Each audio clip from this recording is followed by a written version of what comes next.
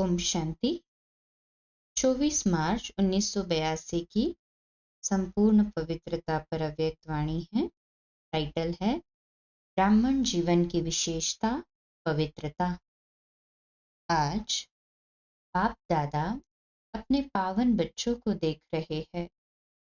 हर एक ब्राह्मण आत्मा कहाँ तक पावन बनी है, ये सब का पोतामेल देख रहे। ब्राह्मणों की विशेषता है ही पवित्रता। ब्राह्मण अर्थात पावन आत्मा पवित्रता को कहाँ तक अपनाया है, उसको परखने का यंत्र क्या है। पवित्र बनो, ये मंत्र सभी को याद दिलाते हो, लेकिन श्रीमद् प्रमाण इस मंत्र को कहाँ तक जीवन में लाया है। जीवन अर्थात सदाकाल।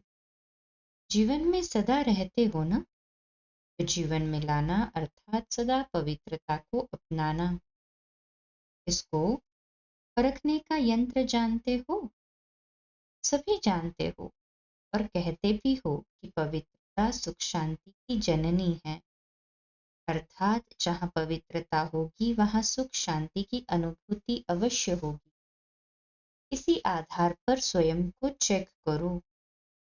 मनसा संकल्प में पवित्रता है, उसकी निशानी मनसा में सदा सुख स्वरूप शांत स्वरूप की अनुभूति हो।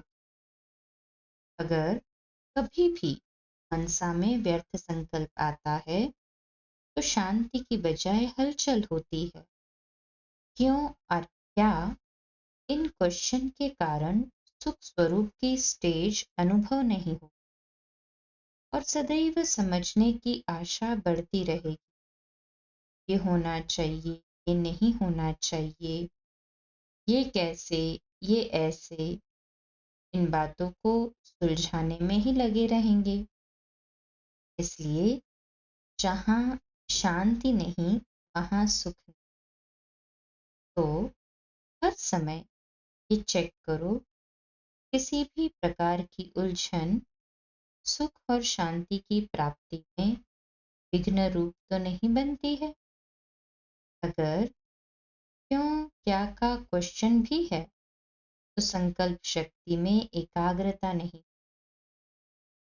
जहाँ एकाग्रता नहीं वहाँ सुख शांति की अनुभूति हो नहीं सकती। वर्तमान समय के प्रमाण फरिश्तेपन की संपन्न स्टेज के व बाप समान स्टेज के समीप आ रहे। उसी प्रमाण पवित्रता की परिभाषा भी अति सूक्ष्म समझो। सिर्फ ब्रह्मचारी बनना संपूर्ण पवित्रता नहीं, लेकिन ब्रह्मचारी के साथ साथ ब्रह्माचार्य भी चाहिए, शिव आचार्य भी चाहिए। अर्थात ब्रह्माचार्य भी चाहिए, शिव आचार्य भी चाहिए। अर्थात ब्रह्मा बाप के आचरण पर चलने वाला, फुल फुटस्टेप अर्थात ब्रह्मा बाप के हर कर्म रूपी कदम में कदम रखने वाले, इसको कहा जाता है ब्रह्मा आचार्य। तो ऐसी सूक्ष्म रूप से चेकिंग करो कि सदा पवित्रता की प्राप्ति सुख शांति की अनुभूति हो रही। सदा सुख की शैया पर आराम से अर्थात शांति स्वरूप में विराजमान रहते हो। ये ब्रह्मा आचार्य का चित्र है। सदा सुख की शैया पर सोई हुई आत्मा, ये विकार भी छत्र छाया बन जाते, दुश्मन बदल सेवाधारी बन जाते। अपना चित्र देखा है ना, तो शेष शैया नहीं लेकिन सुख शैया।